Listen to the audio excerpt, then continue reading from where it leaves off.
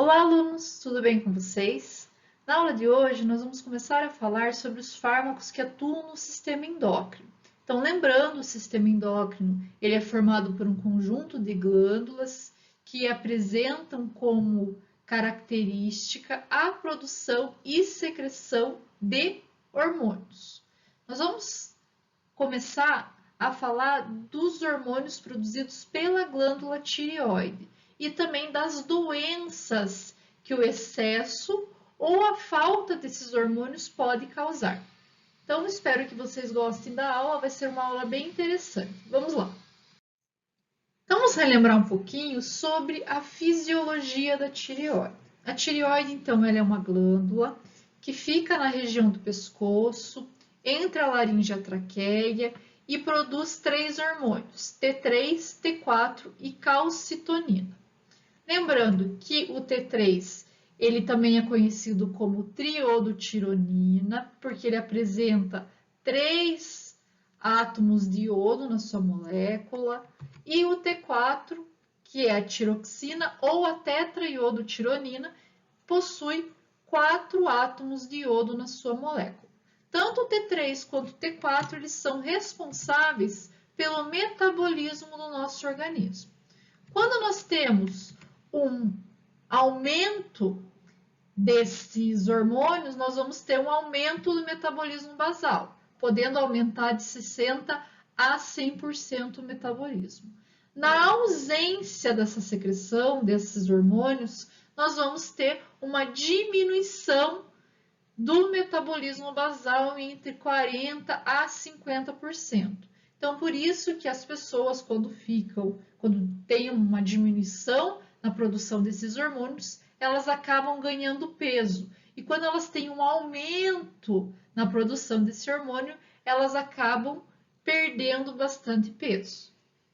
Além do T3 e T4, como eu falei para vocês, a tireoide ela também produz calcitonina. A calcitonina ela vai ser responsável pelo metabolismo do cálcio. A produção de T3 e T4 é praticamente contínua. Já a calcitonina ela só vai ser produzida quando tem-se necessidade do cálcio pelo organismo. Para a estimulação de T3 e T4, nós precisamos da produção de TSH. O TSH ele é conhecido também como hormônio estimulador da tireoide. E ele é produzido pela glândula hipófise. Então, quando nós temos um aumento na produção de TSH pela hipófise, nós temos um aumento da produção de T3 e T4. Quando nós temos uma diminuição da produção de TSH, nós podemos ter também uma diminuição na produção de T3 e T4. A calcitonina ela vai ser estimulada pela alta concentração de cálcio no organismo. Então, se nós temos uma alta concentração, ela auxilia no metabolismo desse cálcio. A glândula tireoide é conhecida como uma glândula endócrina do tipo folicular, ou seja, ela apresenta diversos folículos em sua composição. Então, as células da glândula endócrina, elas vão formar uma parede como se fossem pequenas esferas que são denominados aí os folículos. Dentro dessa esfera, no interior dessa esfera, é que vai acumular as secreções das células da tireoide. Então, nós temos as células do tipo C, que vão produzir calcitonina, e as células epiteliais cuboides, que vão liberar aí secreções coloide. Essa secreção coloide, ela vai ser a secreção, a substância secretada pelas células, e ela vai ser composta principalmente de tireoglobulina. Essa tireoglobulina vai conter os hormônios tireoidianos. Então, é aqui no coloide que nós vamos ter a presença de T3 e T4. Mas eles não vão estar livres, eles vão estar aglomerados, formando a tireoglobulina. Mas para que a gente possa produzir os hormônios T3 e T4 da tireoide, nós necessitamos de uma ingestão de iodo. Uma ingestão anual em torno de 50 miligramas, semanal em torno de 1 miligrama. Então, o nosso iodo ele vai ser absorvido pelo trato gastrointestinal, a maioria vai ser excretada pelos rins, porém 1/5 desse iodo vai ser absorvido pela tireoide, pelas glândulas da tireoide, e vai ser então utilizado para a produção do T3 e do T4. Por causa dessa grande necessidade de iodo que nós necessitamos, o sal de cozinha ele é enriquecido com iodo. Então, se vocês nunca observaram, peguem um pacotinho de sal aí na casa de vocês e verifiquem se ele tem iodo. É obrigatório o sal de cozinha ter iodo ou ele tem que mencionar, né, que não tem iodo, por exemplo. Porque nós precisamos dessa ingestão de iodo e como a gente consome sal praticamente, né, todo dia, né, muito difícil não consumir sal, a presença de iodo no sal auxilia para que nós não tenhamos nenhum problema da produção desses hormônios. Então, pausem a aula, vão lá dar uma olhadinha no sal que vocês têm aí para ver se tem iodo. O iodo ele vai ser bombeado ativamente para dentro das células da nossa tireoide. Para que ocorra esse bombeamento, ele necessita da bomba Symporte sódio e iodo. Então, enquanto o sódio está entrando no citoplasma celular, o iodo ele vai ser cotransportado, eles estão indo para o mesmo lado, né? Então ele está sendo cotransportado para o interior da célula. Mas para que isso aconteça, nós vamos ter que ter uma baixa concentração de sódio no citoplasma. E nós vamos ter a presença de uma outra bomba extremamente importante, que é o sódio-potássio ATPase. Nós vamos ter gasto de ATP aqui, né, para que seja enviado o nosso sódio para fora da célula, para que ele possa voltar para dentro da célula devido à baixa concentração de sódio nessa célula. A partir do momento que o iodo consegue entrar na célula, ele então vai ser utilizado para a produção do T3 e do T4. Mas atenção, a produção do hormônio não vai ocorrer dentro da célula, vai acontecer aqui, ó, na membrana apical dos folículos. Então, nos folículos nós temos a presença da enzima peroxidase. Essa enzima consegue, né, facilita a iodização e conjugação da nossa molécula de iodo com a tirosina, né? Nós já falamos de tirosina, esse aminoácido é extremamente importante no organismo, pessoal. Então, a tirosina, ela vai sofrer iodização, ou seja, moléculas de iodo são adicionadas à molécula de tirosina, formando o MIT, que é a monoiodotirosina, e o DIT, que é o diiodotirosina. Então, vamos ver aqui com mais detalhes químicos como acontece essa reação. Quando nós temos o iodo mais a tirosina na presença de peroxidase, nós vamos ter a formação da monoiodotirosina e a diiodotirosina. A monoiodotirosina tem uma molécula de iodo. A diiodotirosina, 2 moléculas de iodo. Então, essas 2 moléculas elas vão ser as precursoras do hormônio T3 e T4. Vamos falar um pouquinho sobre cada um deles. Quando nós temos a fusão de duas moléculas de diiodotirosina, nós vamos ter a formação da tiroxina, ou seja, T4. Aí, uma molécula com 4 átomos de iodo. Se nós tivermos a fusão da monoiodotirosina com a diiodotirosina, nós vamos ter a formação do T3. Porém, nós temos também a formação reversa, que é conhecida como RT3. Então, vocês conseguem ver que aqui nós vamos ter uma molécula de monoiodotirosina e aqui de diiodotirosina. E aqui nós temos o contrário, a diiodotirosina está nessa região e a monoiodotirosina está aqui. Claro que a produção do RT3 é bem menor, porém ele não tem nenhum efeito fisiológico conhecido ainda. Por isso que a gente vai falar somente durante a aula, né, do T3 e do T4. Mas para vocês saberem que também ocorre a produção do RT3, tá? A tireoide, ao contrário de muitas glândulas, ela consegue armazenar grande quantidade do hormônio produzido.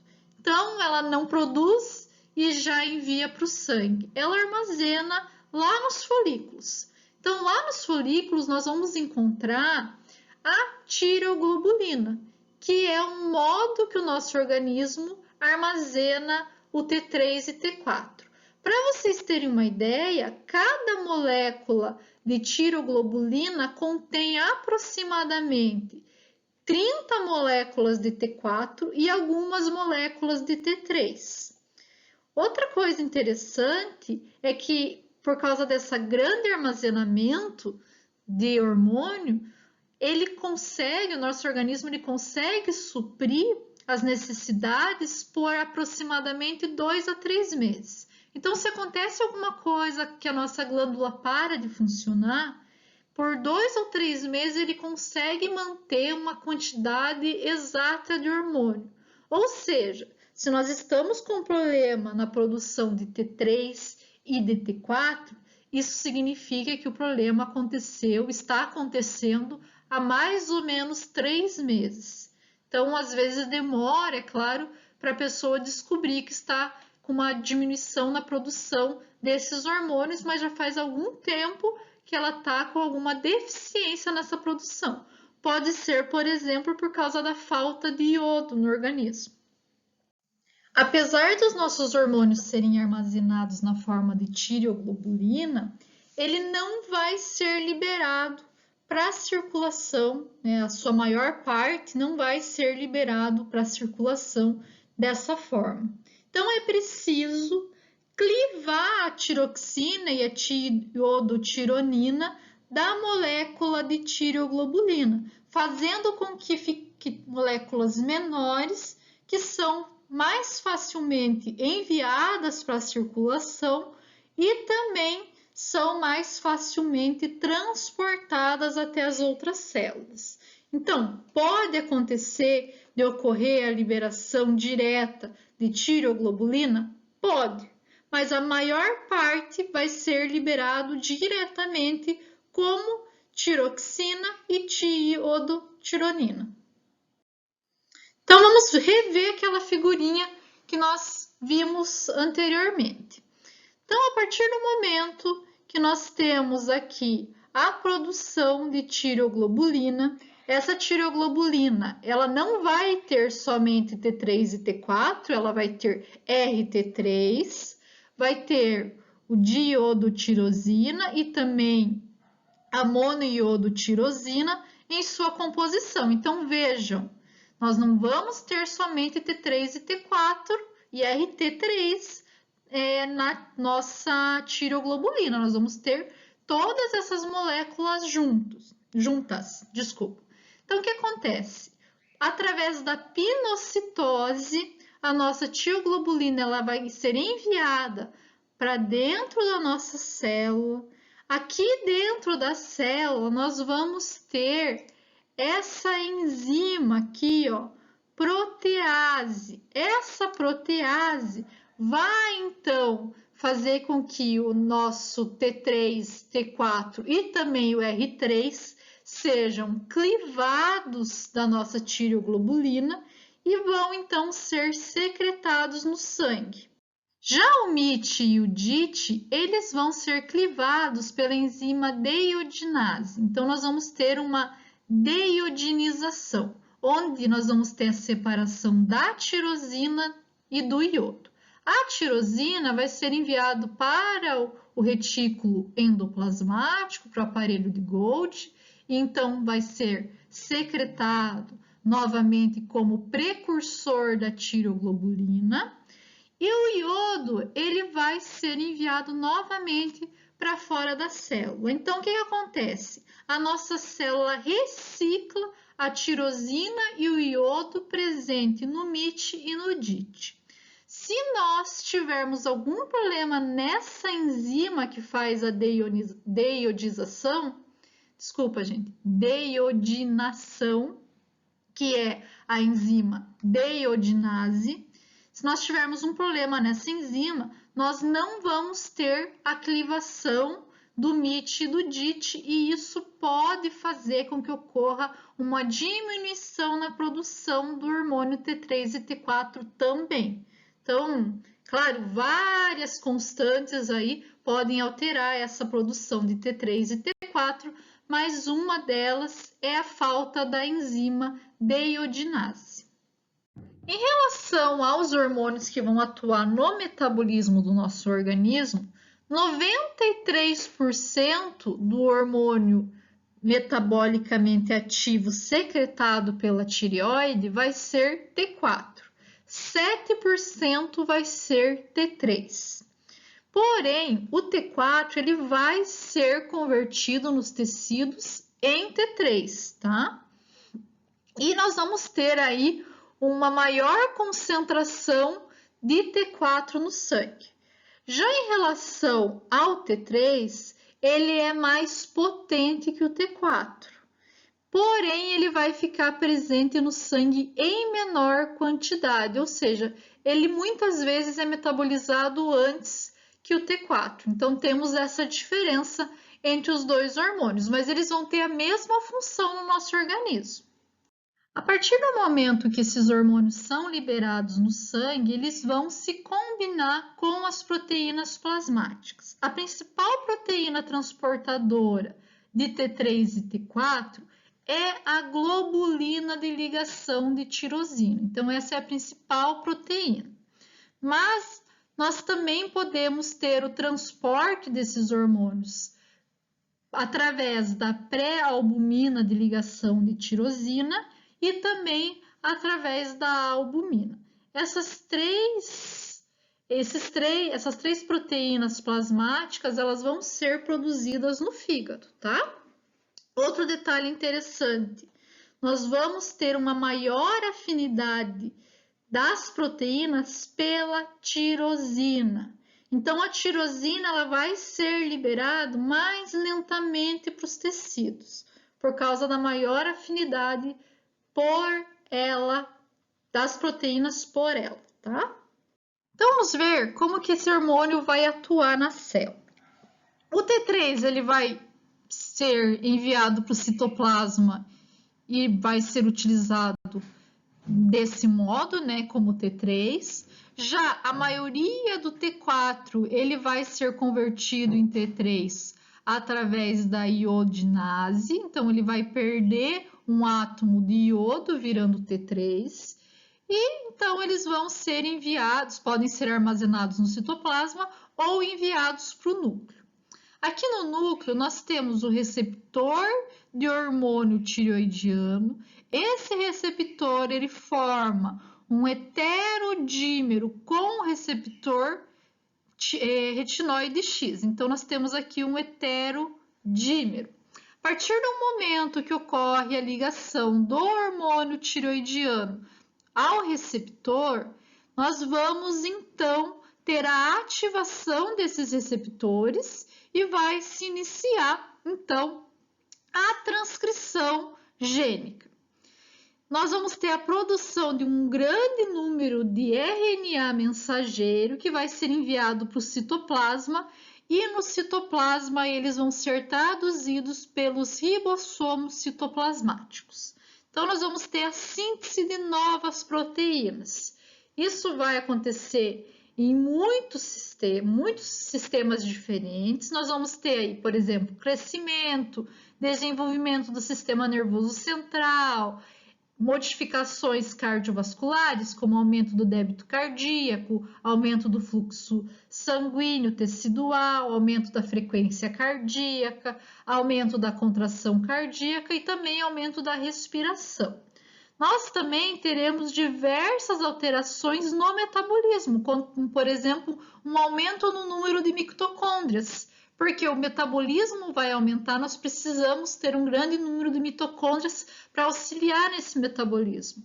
Nós também vamos ter um aumento no trabalho, digamos assim, da bomba sódio-potássio ATPase.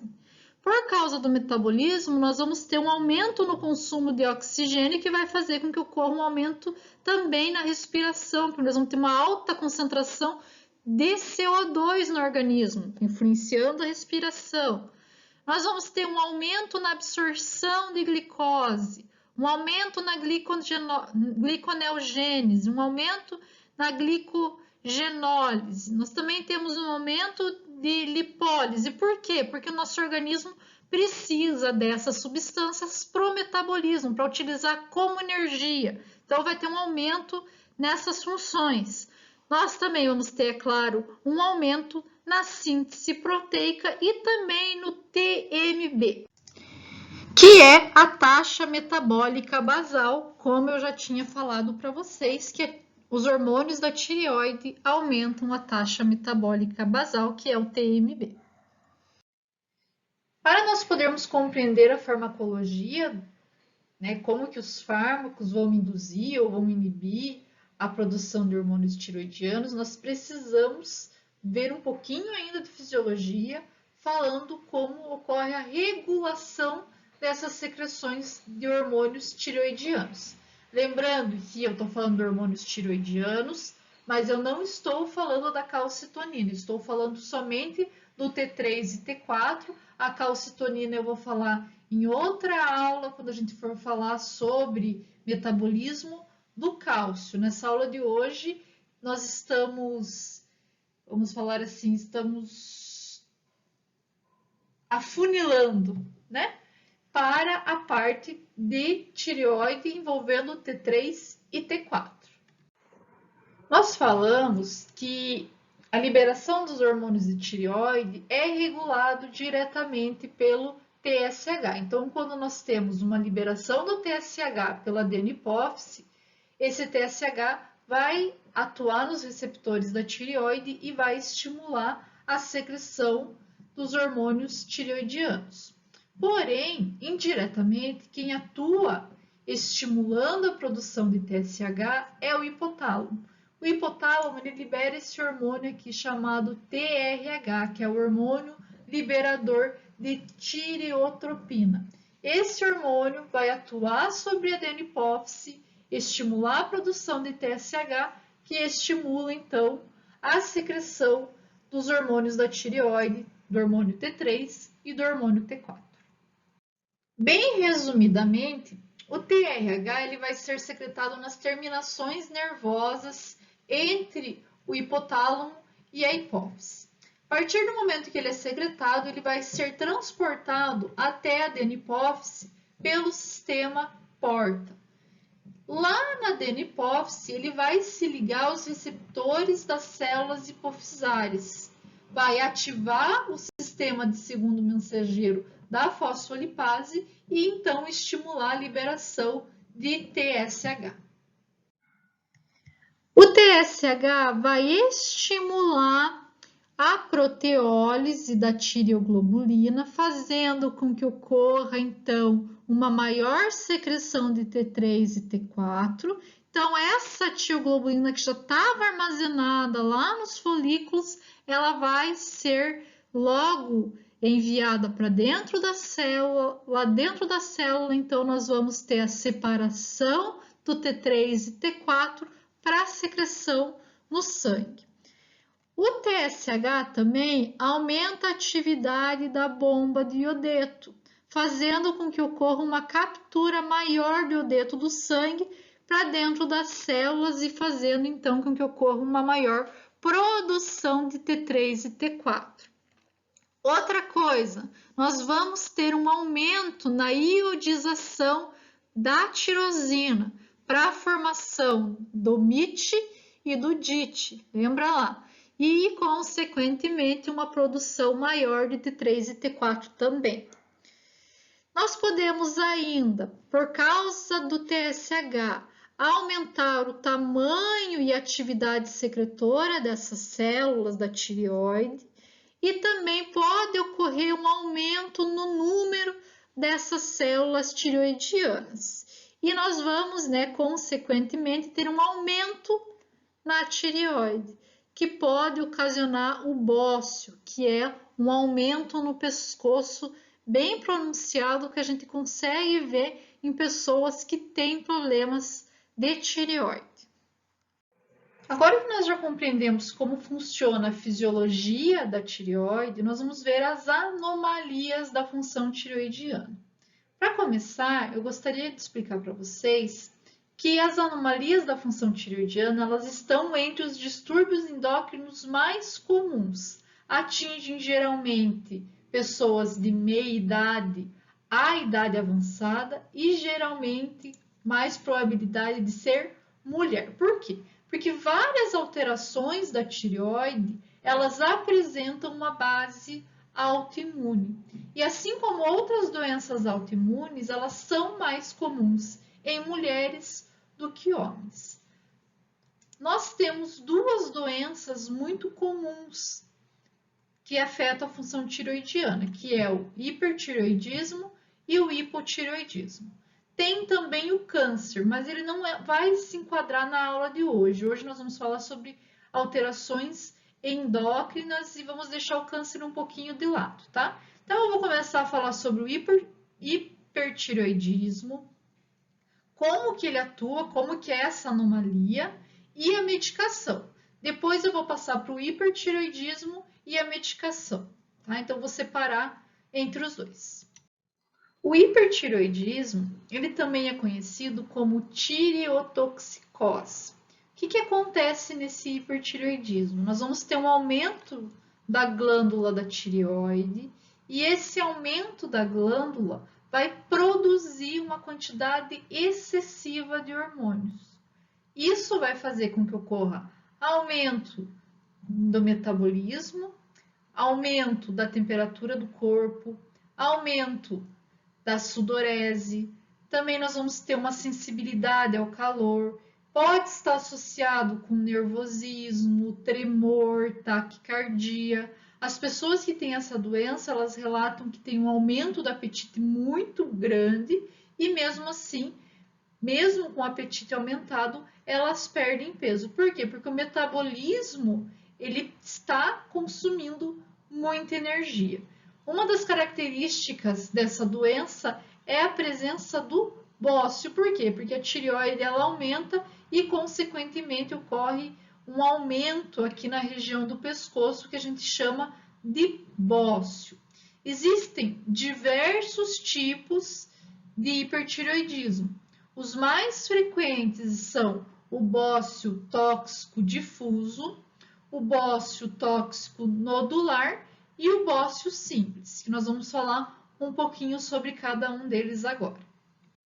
O bócio tóxico difuso é uma doença autoimune, produz autoanticorpo presente no receptor TSH que estimula a secreção de tiroxina. Também pode acontecer durante esse bócio tóxico mutações ativas na constituição do receptor TRH. Uma característica dessa doença é que as pessoas que têm bócio tóxico difuso têm o olho um pouco saltado, aumenta-se o lóbulo ocular dessas pessoas acredita-se, né, tem muito estudo ainda, mas acredita-se que seja devido à presença de receptores TSH no lóbulo ocular.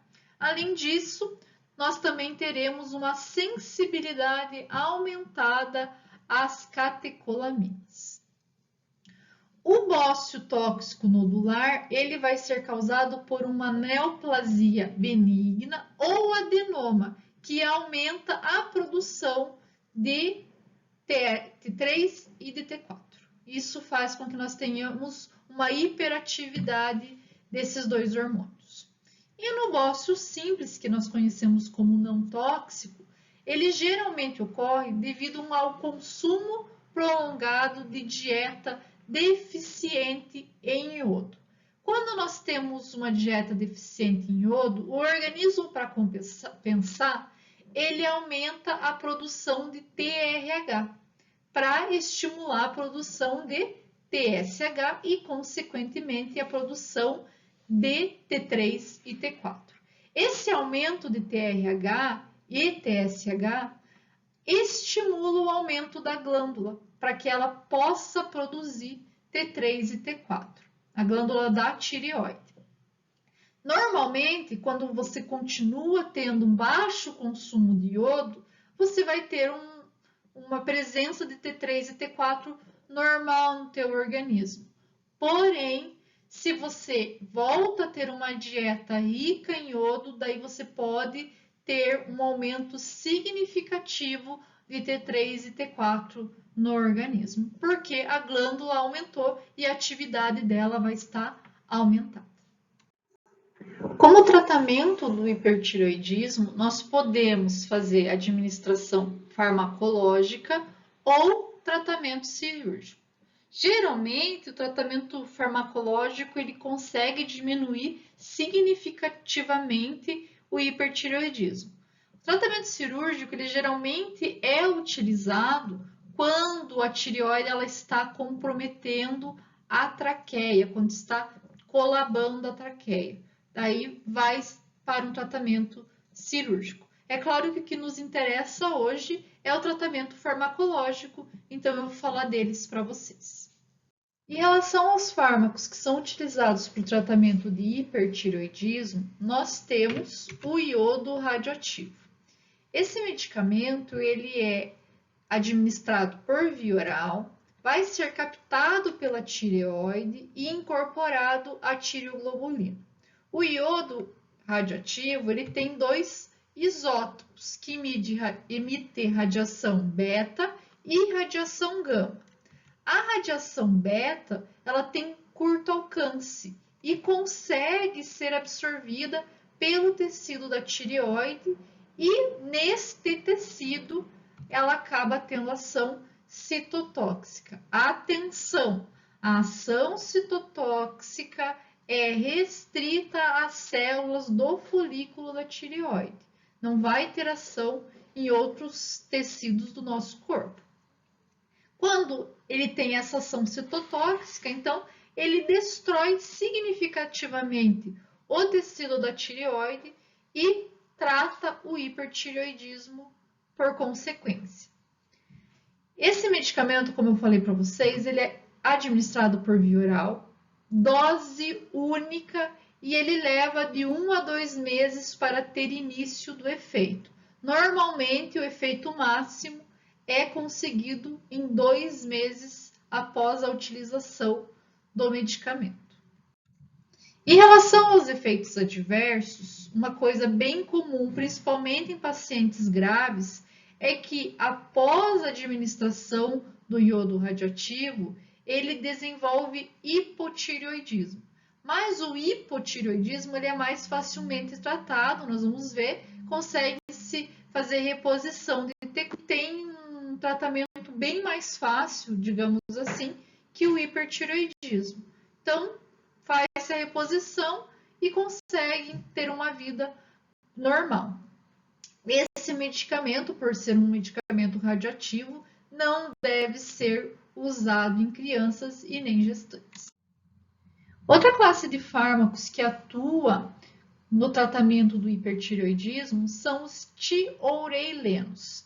eles atuam competindo pela enzima peroxidase. A partir do momento que nós temos uma competição, não ocorre a iodização e, consequentemente, não tem a formação e liberação dos hormônios tireoidianos. Ele consegue reduzir gradualmente os efeitos e sintomas, porque lembram, né, não vão esquecer disso. Nós temos produção de hormônio para bastante tempo. Então, a partir do momento que nós utilizamos um medicamento para diminuir esse hormônio, ele vai demorar para ter um efeito. De 3 a 4 semanas, nós conseguimos observar então o efeito com a taxa basal e a frequência cardíaca voltando ao normal. Como fármacos dessa classe, nós temos o carbimazol, o metimazol e o propiltiorilacila. O metimazol é o nome conhecido mais nos Estados Unidos, tá? No Brasil, nós conhecemos ele como tiamazol, que é o tapazol. Provavelmente, se você conhece alguém que tem hipertireoidismo, provavelmente ela utilize tapazol, que é um dos medicamentos mais utilizados para hipertireoidismo no Brasil. Como efeitos adversos, nós temos a neutropenia, que é a diminuição de neutrófilos, a agranulocitose, que são efeitos adversos graves e deve-se tomar muito cuidado. Por isso, os pacientes que fazem utilização dessa classe de medicamentos precisam ser instruídos para que, caso ocorra algum sintoma característico, como por exemplo, dor de garganta, que procure o médico, além de fazer hemogramas periódicos. Por quê? Porque quando nós temos uma diminuição no número de neutrófilos ou uma diminuição no número de células do nosso organismo, nós ficamos sujeitos a doenças extremamente graves, né? Doenças infecciosas. Então, tem que se tomar cuidado com esses dois sintomas. Além disso, nós temos como sintomas mais comuns rache, cefaleia, náuseas, icterícia e dor articular.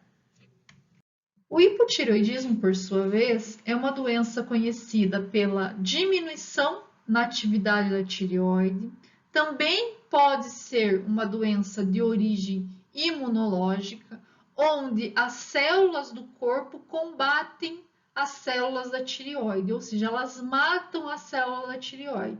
E isso faz com que a tireoide ela diminua e, consequentemente, produza menos hormônios. Alguns medicamentos, eles também podem causar esse hipotireoidismo, podem combater as células da tireoide, mas a maioria das vezes é de origem imunológica.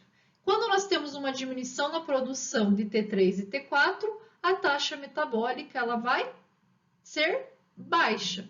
Isso vai ter como consequência fala arrastada, voz rouca e profunda, letargia, bradicardia, sensibilidade ao frio, comprometimento mental, espessamento da pele, porque tem uma deposição subcutânea de glicosaminoglicanos, e também a pessoa tem uma grande tendência, porque diminui a taxa metabólica, de ganhar peso por causa da diminuição do T3 e do T4. Atualmente, o tratamento para hipotireoidismo é feito através da terapia de reposição hormonal, onde nós administramos por via oral um hormônio idêntico ao hormônio natural do nosso organismo. Então, nós não temos, até o momento, nenhum medicamento que estimule a tireoide a produzir o hormônio. Então, nós utilizamos o próprio hormônio na forma sintetizada. No Brasil, o mais vendido, não quer dizer que em outros países do mundo seja assim, mas no Brasil, o mais vendido, o mais utilizado, o mais prescrito é a levotiroxina. Provavelmente vocês conhecem como Eutirox ou Pura. Então, é ele que é o mais utilizado aqui. não tem nenhum efeito colateral, porque nós estamos administrando um hormônio comum do corpo. O que pode acontecer? A utilização excessiva, em dose excessiva, pode ocasionar um hipertireoidismo. Então, tem que se cuidar muito com a dose, tem que sempre estar fazendo monitoramento para verificar como está a produção de T3 e T4 no organismo. Pessoal, espero que vocês tenham gostado da aula. Obrigada por terem assistido até aqui. Até a próxima aula.